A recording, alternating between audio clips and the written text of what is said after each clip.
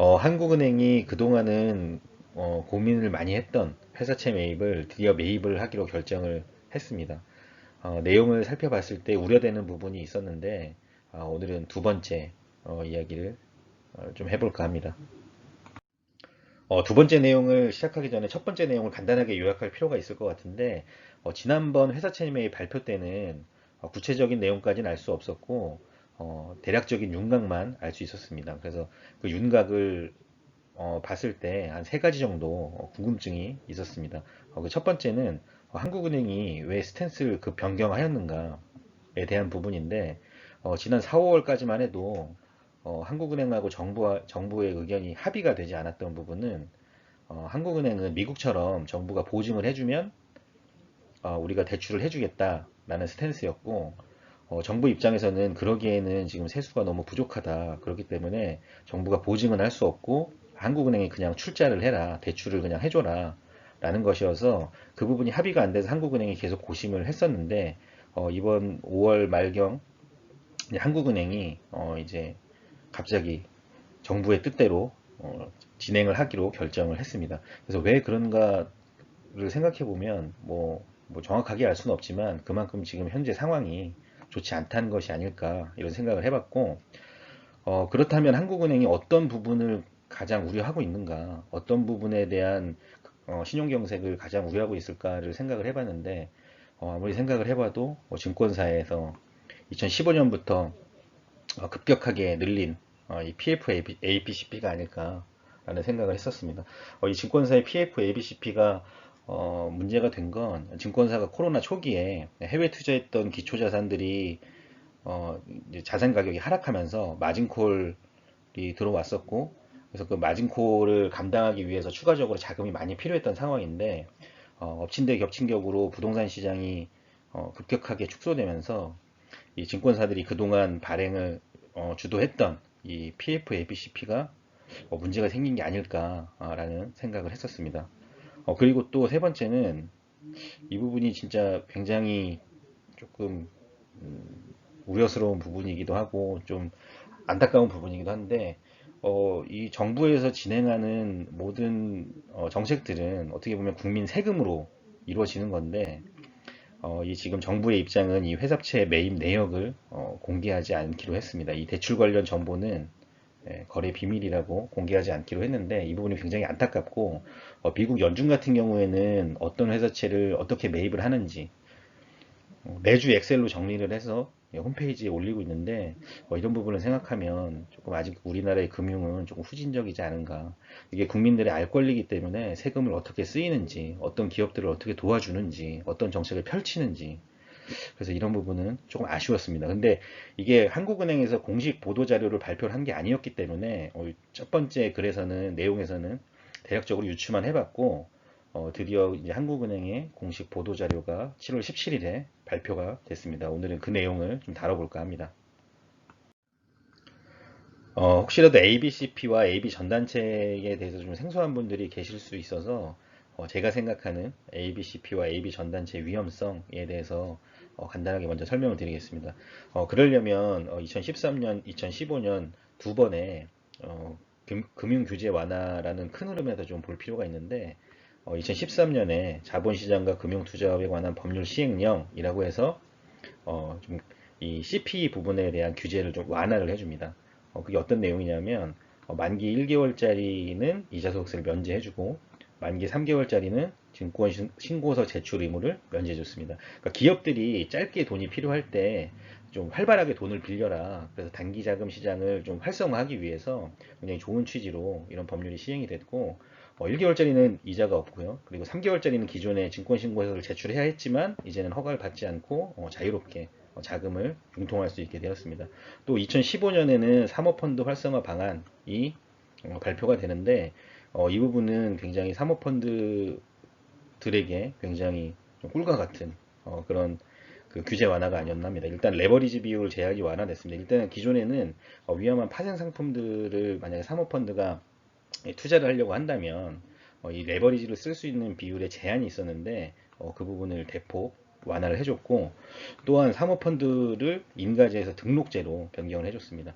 그래서 3억 원 이하 3억 원 이상, 3억 원 이상의 자금을 모집해서 사모펀드를 만약에 진행을 한다고 한다면 기존에는 이제 금융당국에 허가를 받아야 됐습니다. 허가를 받아야 됐지만 이제는 허가를 받지 않고 등록만 해도 사모펀드를 운영할 수 있도록 굉장히 큰 규제 완화를 해줬고 이 부분 역시 뭐 저금리로 인해서 이 금융을 조금 더 활성화시키기 위한 정부의 좋은 취지였는데 이 두 가지가 겹치면서 굉장히 여러 가지 부작용이 생기게 됩니다.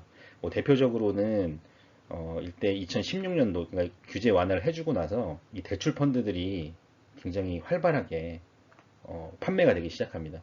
이 대출 펀드들이 정상적인 방법으로 판매되었으면 크게 문제가 없겠지만 일부 좀 무분별하게 판매된 부분도 분명히 있을 것 같고 지금 이 대출 펀드들이 문제가 생겨서 나오는 사태가 지금 현재 우리가 그 최근에 많은 논란이 되었던 사모펀드 사태, 뭐 라임 사모펀드라던가 아니면 옵티머스, 헤리티지 이런 사모펀드들이 이런 규제 완화의 이 감시망을 피해서 조금 무리하게 이런 투자를 하다 보니까 지금 이런 문제들이 불거지고 있고 근데 중요한 건 이 금융당국이 이런 사모펀드나 아니면 이 ABCP, AB 전단체 등이 이런 파생 상품이 어떤 규모로 얼마나 퍼져 있는지 파악하기 어렵다고 일단 밝혔었습니다. 근데 이렇게 금융당국도 이 파생 상품의 규모를 파악하기가 어려운데 기존에 발표되었던 방안에서는 이 CP, 이 CP 부분이나 단기 사채 이 부분도 사는과 하는이 합작해서 회사채 매입 대상에 포함이 되었었기 때문에 굉장히 우려스러웠던 부분입니다. 그래서 한국은행이 부실자산을 매입하는 거 아닌가라는 우려가 있었지만 일단 공식 보도 자료를 좀 확인을 해봐야 했고 드디어 공식 보도 자료가 7월 17일에 발표가 됐습니다.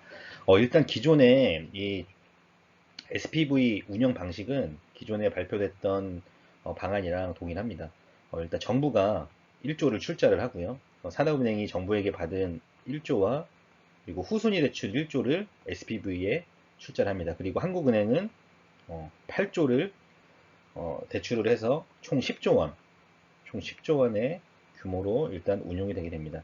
이게 미국하고는 굉장히 다른 방식인데 미국은 이 손실상계, 자산에 대한 손실상계를 해서 그 레버리지 비율만큼 정부가 예를 들어서 뭐 1억을 보증을 해주면 한국은행이 10억을 대출을 해주는 그래서 만약에 손실이 생기더라도 정부가 모든 손실을 떠안는 이런 구조라면 지금 우리나라의 이 회사채 매입 SPV 운영 구조는 일단 한국은행이 선순위를 가지고 있기 때문에 일단 총 10조 중에 2조의 손실까지는 산업은행이 다 손실을 입습니다. 그리고 2조가 만약에 넘어가게 된다면 그때부터는 한국은행의 손실로 잡히게 됩니다. 그래서 전체 10조 원 중에 20%라서 만약에 대출로 나간 금액의 20% 이상만 부실화되지 않는다면 괜찮겠지만 뭐좀 솔직하게는 20%도 그렇게 뭐 안전한 뭐 상황은 아니다라는 생각이 들고 중요한 건 이건 정부 보증이 안 되기 때문에 만약에 대출이 부실화된다면 한국은행이 고스란히 부실을 떠안을 수밖에 없는 구조이고 그렇게 된다 그러면 우리나라 국가 신용등급이 또 하락할 수 있는 문제라서 어쨌든 뭐 그렇게 하지 못한 건 그만한 이유가 있겠지만 솔직하게 조금 불안해 보이는 건 사실입니다. 다행인 것은 금융회사들에서 채무 보증한 PF, ABCP 이 부분은 매입 대상에서 제외가 되었습니다. 또한 금융회사에서 발행한 회사채와 CP 이 부분도 매입 대상에서 제외가 되었습니다. 이유를 좀 살펴보면 금융회사는 자체적인 자금 조달, 금융 리스크 관리 능력 보유 라는 이유고 증권사에 대한 다양한 유동성 지원 프로그램을 현재 가동 중이기 때문에 굳이 이것까지 매입할 필요가 없다라고 발표했는데 또 개인적인 생각은 한국은행이 이 부분에 대한 리스크를 좀 크게 보지 않았나 그래서 매입 대상에서 제외한 게 아닌가라는 생각이 좀 들고 회사채 매입 포트폴리오는 이렇게 됩니다.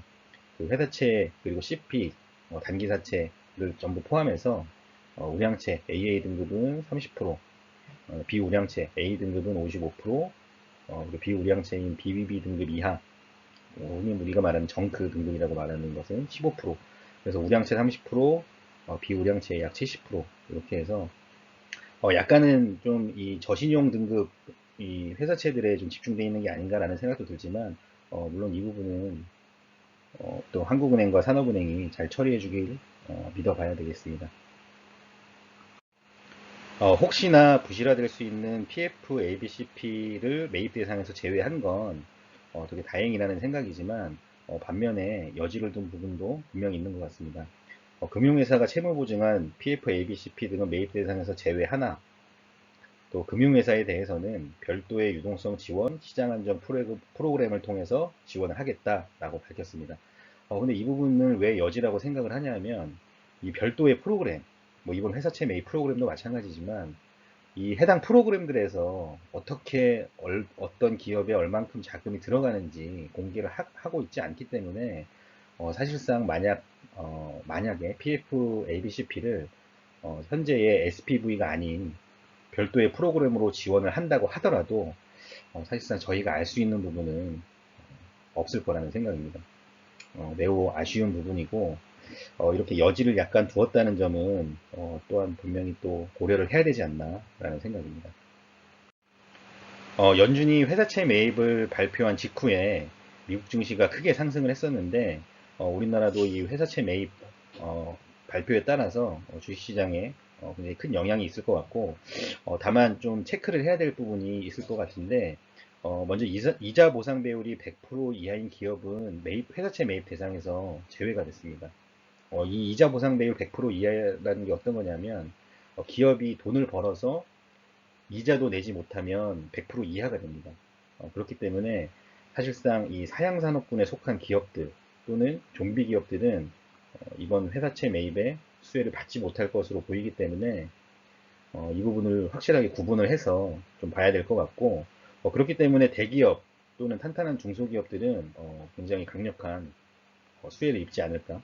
단기 자금의 융통이 좋아진다는 건 기업의 영업현금 흐름이 좋아진다는 얘기이기 때문에 미국과 마찬가지로 주가 하방 경직성은 충분하게 발휘되지 않을까라는 생각입니다. 또 하나 체크해야 될 건 지금 현재 제가 증권사명은 밝힐 수가 없지만 일부 증권사는 이 자금난에 시달리면서 유상증자를 준비하고 있습니다. 그래서 개인적으로 만약에 한국은행이 PF, ABCP를 매입을 한다는 발표를 한다면 증권사에 관심을 좀 가져볼까 했지만 일단 뭐 그 부분은 매입 대상에서 제외가 됐기 때문에 증권사들은 여전히 리스크를 안고 있는 것으로 보이고 뭐 증권사들이 당장 단기간에 뭐 신용경색이 자금 경색이 일어날 수 있을 만큼은 아닌 것 같지만 여전히 리스크가 있지 않을까 합니다. 그래서 이런 부분은 조금 체크를 하고 우리가 한국은행은 회사채 매입을 주식시장과 연관해서 좀 바라봐야 되지 않을까라는 생각입니다. 이번 한국은행의 회사채 매입 공식 보도 자료를 보고 굉장히 안심이 됐지만 분명히 좀 아쉬운 점도 있었던 것 같습니다. 이 오른쪽에 보이시는 표는 제가 한국예탁결제원 세이브로에서 최근 1개월간 ABCP 발행 현황을 이렇게 가져온 겁니다. 굉장히 방대한 양인데 제가 일부분만 가져왔고 이 기초자산에 보시면 대부분 다 대출채권, 회사채, 매출채권 이렇게 기초자산들을 유동화해서 만든 파생상품들이고 물론 이 파생상품 자체가 문제가 되는 것은 아니지만 좀 아쉬운 점은 항상 우리나라의 정책은 좀 후행적이었다는 게 좀 아쉽습니다. 뭐 문제가 터지고 나면 그 다음에 규제를 하고 그 다음에 정책을 내놓고 이렇게 후행적으로 대응을 하는 경우가 많았는데 사실 이 금융 분야는 더 그러기가 어렵습니다. 이 정부 금융당국 자체도 이 파생상품의 규모를 정확하게 파악하기 어렵다라고 밝혔다는 점에서 알 수 있는 부분인데 그렇다면 앞으로는 이 부분에 대해서 감시와 규제를 더 철저하게 할 것인가 라는 걸 생각을 해봤을 때는 약간 의문이 들어서 이거 아쉬운 점이고 두 번째는 이 후진적 금융에 대한 관심이 굉장히 부족한 게 아닌가 국민도 그렇고 정부도 그렇고 마찬가지로 좀 관심이 부족한 게 아닌가라는 생각이 듭니다. 이 부동산 자체는 관심을 가지기 쉽지만 금융에 대한 부분은 관심을 가지기가 어렵기 때문에 이슈화되기가 좀 쉽지 않고 뭐 그렇기 때문에 관심이 쏠리는 것으로 정부가 계속 정책 집중을 할 수밖에 없지 않나. 그것은 뭐 사실 어쩔 수 없는 부분인 것 같고 그렇다면 뭐 관심이 없는 국민들이 문제인가? 라는 질문을 했을 때는 뭐 그렇지는 않다고 생각을 합니다.